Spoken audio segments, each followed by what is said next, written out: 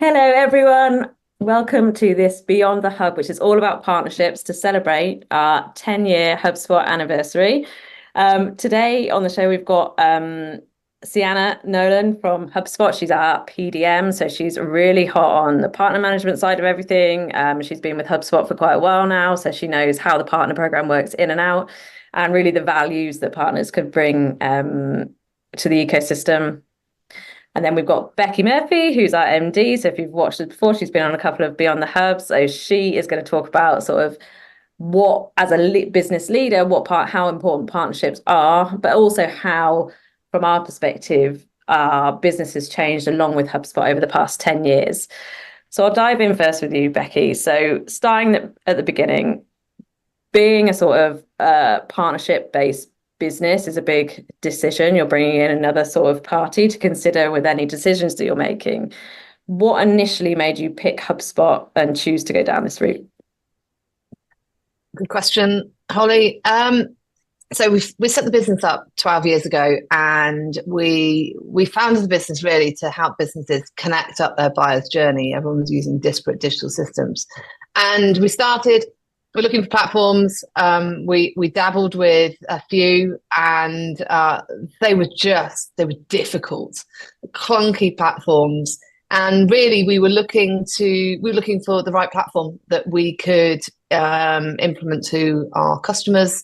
It was still relatively early in HubSpot's days. They were just breaking outside of North America and into Europe. And coming from the channel background, we know the importance and how good being as part of a channel can be, and therefore working with technology vendors.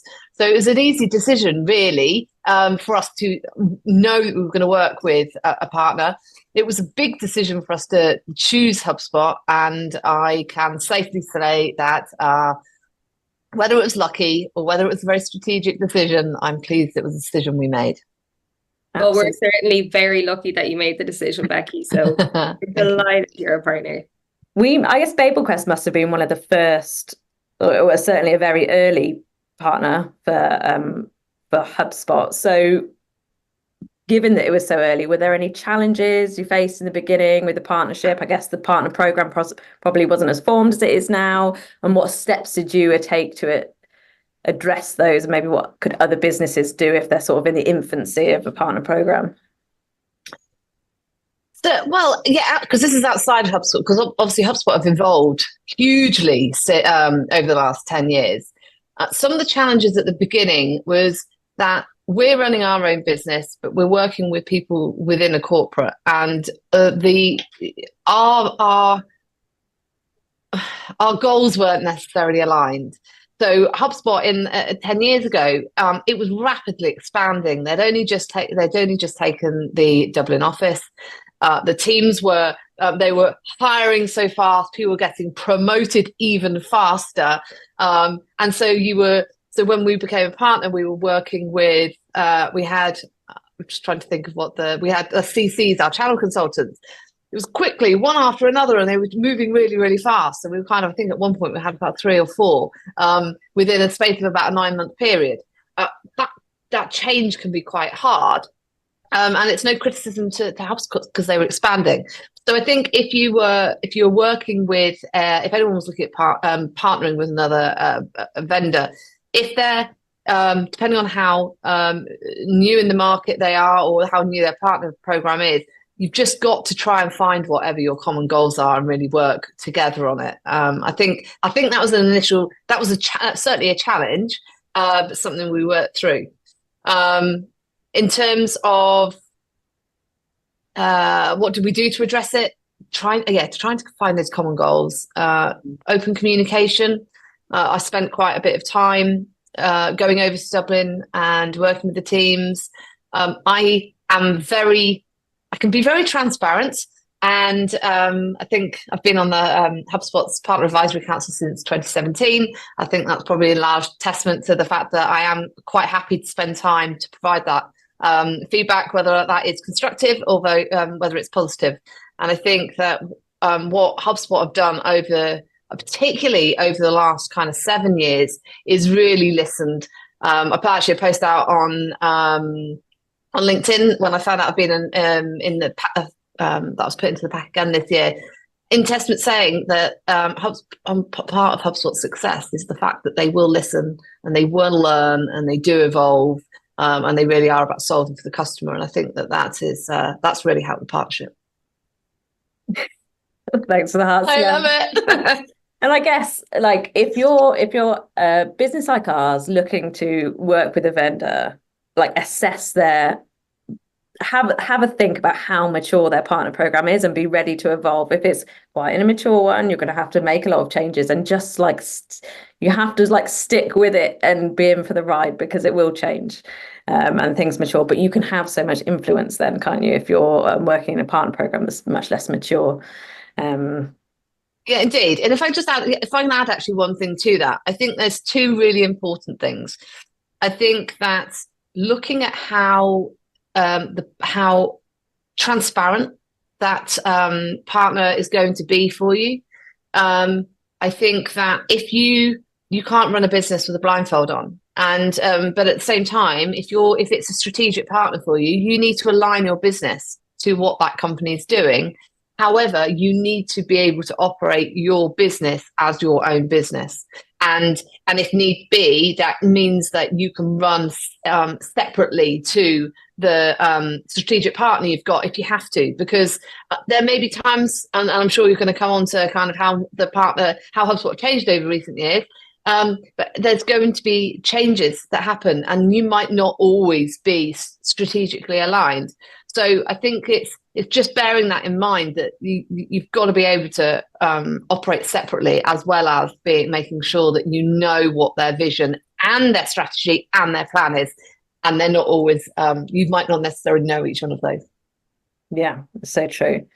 Then Sienna, from HubSpot's perspective, why are partners, or how has the program evolved, and why have partners been so crucial to HubSpot's success?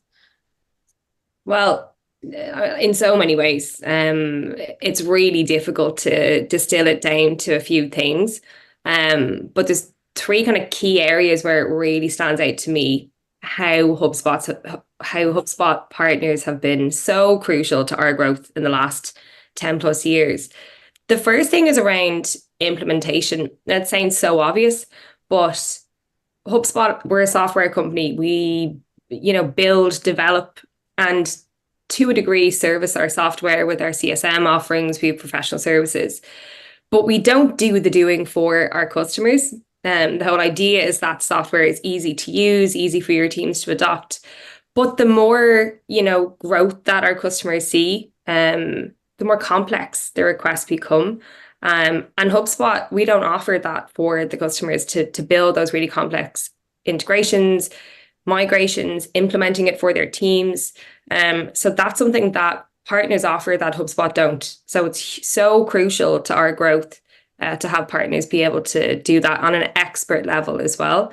So that's the first kind of key thing I'd say. And if anyone's unaware, like, we do have a program internally in HubSpot where we accredit partners to make sure that they're doing implementations sort of up to our standards and that they get qualified and a badge for that. BabelQuest are one of the most accredited partners, I think, in the entire world. You guys have 4 or 5 accreditations under your sleeve now. So, in terms of expertise in that implementation space, BabelQuest are winning. Second key thing is industry and vertical expertise. So within HubSpot, our teams aren't broken out by those things, industry or vertical. We've one education team, but the rest of our teams, they're not split out by the manufacturing team or hospitality or anything like that. Partners have that wide breadth of experience of working with different types of customers. So that's a massive value add they can bring to our shared customers is, we've done this hugely complex integration previously for this global manufacturing company. So we know how to build it out and what the intricacies and challenges are that we'll come up against and potential opportunities. HubSpot doesn't necessarily have that experience internally. So we really need our partners to do that for our customers. And then the third thing I would say is technical knowledge. So obviously, like, we're a software company, we build our software, we have loads of internal technical expertise, but partners really get to bend and test the product as far as you possibly could based off customers' requests. So like I was saying, the more our customers grow, the more complex things can get. Partners are really pushing and testing our tools. So they have that expertise of pushing them as far as they can, also liaising with our internal product teams as well.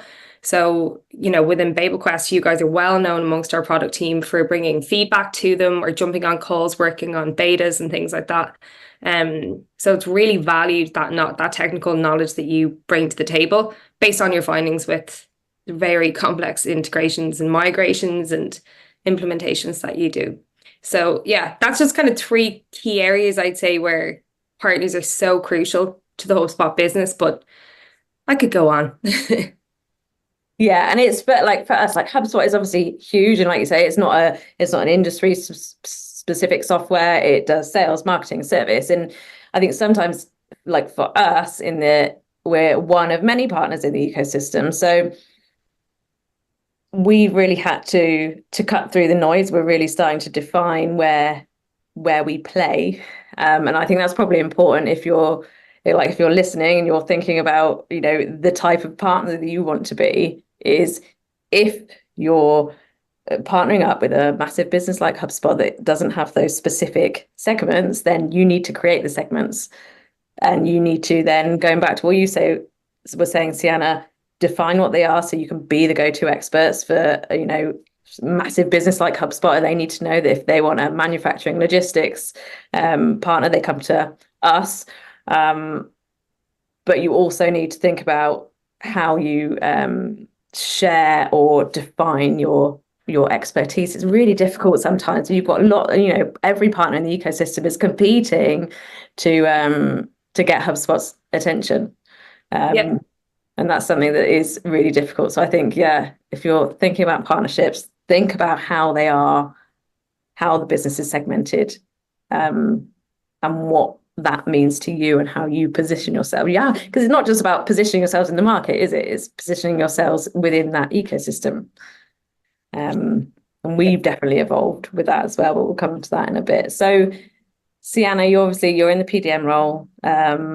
You're very established within HubSpot, but if you can think about new partners, what would be standout qualities that you would look for to say that partner is really going to work well?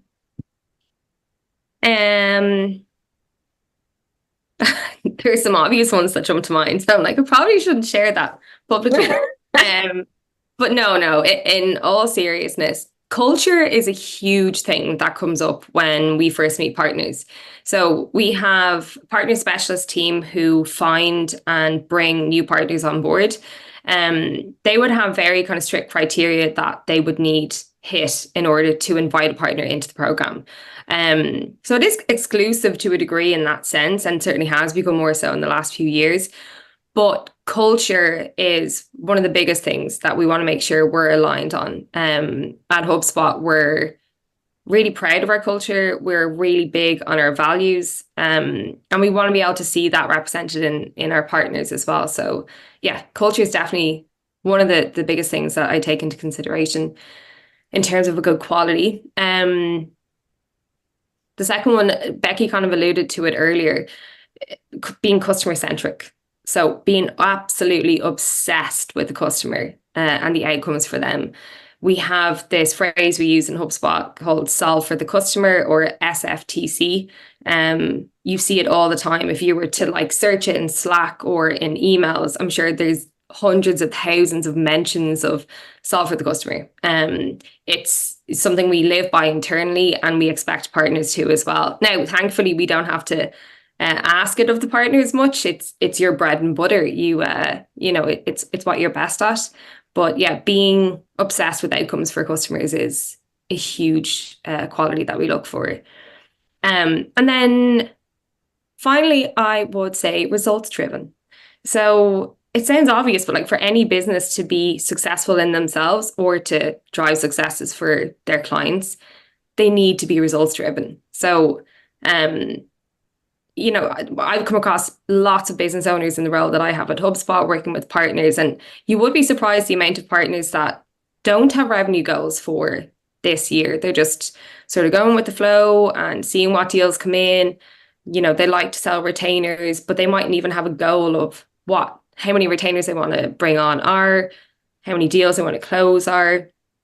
And then that kind of like falls into the work that they do for the customer as well. So if the customer isn't seeing results from the HubSpot software that they're using, for example, they're not going to renew the subscription that they've taken out with HubSpot, which is huge for us, right? We're, as I said, software company, subscription-based model. We want to make sure customers are renewing, but more importantly, seeing value in the tools that they're paying for. So partners that are results driven can really help us drive that with our customers and ultimately help them see the value in the tools so they're growing. Yeah. Anything to add to that, Becky? No, I think that's eloquently put. So obviously, over the past decade, we've touched on HubSpot has changed massively. Becky, how have you had to change? How has this business changed? You know, we've gone from inbound marketing to customer success and CRM, the deep technical stuff. How has BabelQuest evolved during that time? Well, we never started our business to be an inbound marketing agency. It probably took me a good 2 years to force Eric to recognize, Eric Murphy being my co-founder and husband, but to acknowledge that we were a marketing agency, because we were helping businesses, as I said right at the beginning, connect the dots between across their buyer's journey. And at the time, HubSpot was the right technology for that. But what the customers wanted was not only help with putting the platform into their business, but then they wanted help with marketing on it. And therefore we had to offer marketing services, and it was great. Eric's only reluctant was because he's had a long sales career, and he's had to learn some alignment, so it's fine. So anyway, so what am I saying? So yes, we doing lots of inbound marketing services. But then we were really, really excited when the CRM and then the sales tools started to come out, kind of back in where we probably 2017 at this point. And that was brilliant because the platform was evolving into what we started our business to be. So we started doing more sales and marketing alignment. And I think we were one of the first partners in the UK really to be talking about that and starting to think about what services we were going to wrap around it, how we were going to talk about it to the market. And without being too far ahead of the market, which can often be a slight challenge as a partner, because the product's evolving so quickly, you want to evolve with it.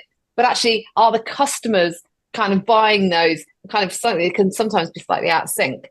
So we started layering in more services, and so that was kind of the first change, adding kind of some of those sales enablement services in. And then another big change came in about 3 years ago as HubSpot started to go up market. The enterprise tools started to come out, and we were attracting some larger businesses with some more complex requirements. And we actually broke out from the team, what we called our expert practices team, that were a team of technical and strategic and platform consultants that could start doing more complex implementations. So it was typically we would be working with them as a partner, and it could be that doing a 6 to 9 month implementation, then with ongoing services on it. But the services were far more technical, strategic, business process mapping, looking at how they were going to implement HubSpot so it didn't fundamentally change what their business was doing, but it was enabling them to use the tools, do things faster, more efficient, and getting all the value out of it. So we're a consulting company now. We're no longer an agency. Eric's very pleased. And we still deliver marketing services for our clients. But the strategic focus is very much into those mid-market and corporate clients that are really looking to unlock the value of HubSpot and really get those tools embedded into their business, and then they're sticky and because they're adding value to them.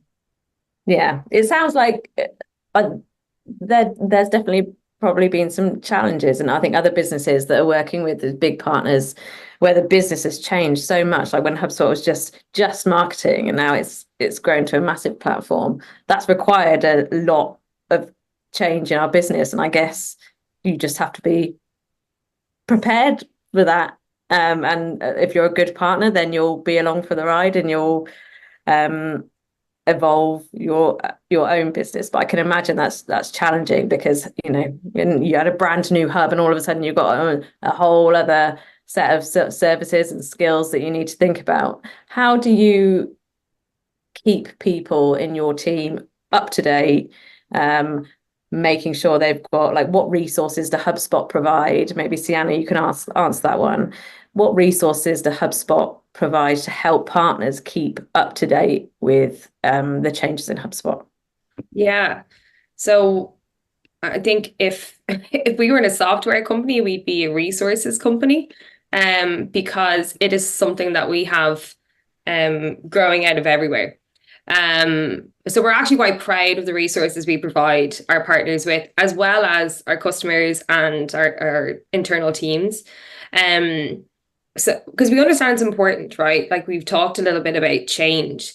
If there's one thing that's certain in HubSpot, change is constant. So if you're a partner, you really just have to get on board with that from the outset, because we're constantly growing and evolving. So we're aware of that. We need to make sure that partners are enabled in the best way possible. So there's a few different ways that we provide partners with those resources. So for example, if you were a partner, you have a partner section within your HubSpot portal. So within that section of your HubSpot portal, you will have various areas where you can either collaborate with HubSpot teams through your CRM. You can link off to a resource center that has everything from how you can price and package your services to, developer documentation on how you can, I don't know, bend a piece of the product to work to the way that you need it to for a customer. There's so many different types of resources in there. But in recent years, we went a little bit further and invested in a platform called Seismic. Excuse me. So that is a resource platform that our Platinum Plus partners have access to. And what's great about that is all of our internal resources go into Seismic as well. So the way that our internal teams are being trained, like the presentation decks that we use, the one-pager comparisons, competitor analysis, we make sure that partners have access to that as well, just so we're all kind of singing off the same hymn sheet. But yeah, it goes beyond that as well, depending on your level also. Like the further up the tiers you go, the more it unlocks in terms of benefits. But we try very hard to provide as many resources as possible for partners. And we also know if we're not doing the best job, we do trust our partners, especially the likes of BabelQuest and Becky, to let us know how we could improve. And as Becky mentioned, being a member of the Partner Advisory Council, like she's been instrumental in building out those kinds of benefits and initiatives, like the likes of Seismic over the last few years. So yeah, we're very open to feedback on how we can improve as well. I guess that sorry, Holly. I'm going to jump in and just say that one of the really important thing as a resource in there is HubSpot have a specific partner day. So in terms of they have their inbound conference each year, they have a partner day, which is again really helping partners understand their vision, what some of the plans and roadmaps are. And I think that's also really helpful in terms of, as a business leader, how we are aligning the businesses. Yeah, so I jumped in there. Yeah, that's no, right. I'm sorry. You're reminding me that I'm like, there's people resources as well. So of course, your partner development manager, they are there to partner with you in your business and help you align on those goals, and drive sales for both HubSpot and the partner, but also with our internal team. So like you do get access to further resources within product, and lots of other areas. So the list is endless, really, isn't it? Yeah. And when, I guess there's a couple of key things I think to pull out from what you said, Sienna. So if you're thinking about your partnerships and where you want to take that. Like find out what their roadmap is, and change happens and you have to sort of evolve with it if you're committed to a partner program. But where the business that you're looking at, where do they think they're going to be in 5 years' time? And is that where you want your business to be and what you want it to be aligned with? Because if they need to be sort of aligned and comparable, so you're all working to the same goal. And the other thing to explore is we've spent so much time doing this together, Sienna, is looking at every line of communication that you can have with a business, because we're not just talking to you, we're talking to the success team, so we manage the same accounts. We're talking to reps where we've got joint deals. So I think if I was looking at another partnership, I'd be thinking, okay, what lines of communication do they have? Where do I need to be aligned? Who do I need in my business to manage those lines of communications? Do I need a partner manager? Can that be done at a team level? And yeah, what levels of enablement they have, because I've been part of a couple of quite a few partner programs, and some of them are completely awful in terms of the enablement that they give you. Partly, especially, and HubSpot are great at this, but especially if you've got a global, big global businesses, they're creating lots of different resources for so many different audiences. You can never find what you want. So I think, knowing what that platform looks like and making sure they've got something in place to share resources with you is incredibly valuable. Just on that, Holly, I would say add as well the value in self-sufficiency as a partner. So, as a HubSpot partner, there's absolutely that expectation that you as a partner become self-sufficient in how to navigate and kind of find the information that you need and leverage the resources. And enable your own teams and make those investments. And I think BabelQuest are a world-class example of how to do that.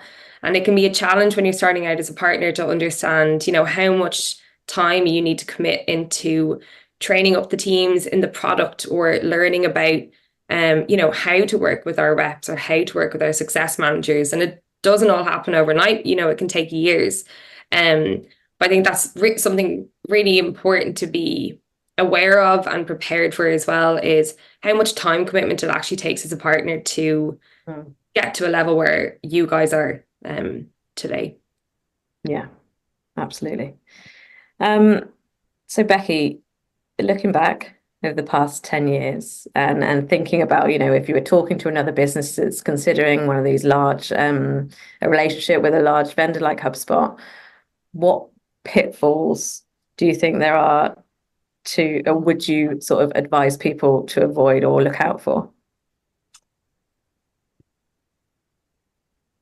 I think so if you look at what's happened with HubSpot, actually more so probably in the last 2 years, is the platform's getting really big and partners are becoming specialized, and they're choosing their vertical, or they are so they might be deciding, I'm just going to do websites, we're going to focus on integrations, or we're just going to focus on consulting, whether that's technical, strategic, or a combination, or they're just going to stick to what their roots were, and maybe they started as a marketing agency and they're going to focus on that. I think it's very difficult unless you have had investment or through M&A, some form of M&A. It's very difficult to continue servicing continue doing all of those services and do it and continue going up market if that's what you wish at the same time. So I think it's either choosing or being clear on what your vertical focus is, and or being clear on what your industry focus is. I think that I think that the partnership's evolving. I think customers have got different requirements. So all of those things that HubSpot isn't doing, the customers that partners do. And I think that it's not necessarily a pitfall as such, unless you are still trying to do be the same thing to everyone. That's certainly something that I don't think us or anyone necessarily is kind of nailed, because change is constantly evolving. And everyone, I think, if you're going to be in a tech partnership now or partnership with a tech company, just embrace the change. If you can't, then you're stuck. And learn AI. Learn AI. But don't, okay, yes, learn AI.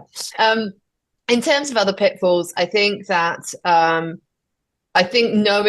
knowing what the partnership is offering you and being really, really clear on that, and not over expecting more than having expecting more. So from HubSpot, they do expect you to be self-sufficient. They do expect you to invest in the platform. They do expect your team to be completely experts, and you need to build that into your business. And in turn, you need to understand what the other expectations are. They're not going to be handing you leads out. You've got to be looking for your own leads. You've got to be sourcing them. You've got to be doing all sorts of things to protect your own business. And I think you've got to be clear on that. And I think from experience for most of my career within the channel, you've got to be clear. The vendors have got to be very, very clear of what they expect from their partners. And then the partners have got to be very clear of what they expect from the vendors. And I think that's probably the biggest pitfall that people have. Yeah, absolutely. Okay, so Sienna, then we're talking about like pitfalls and things. So let's move from that to something positive, best practices. What are some communication best practices you'd recommend for making sure you've got a watertight, smooth running partnership?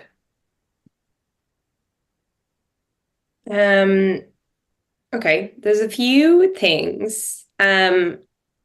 The first thing I would say is, this is something that I think BabelQuest live by, and I heard somebody else internally say it a few years ago, and I think it's such a good insight.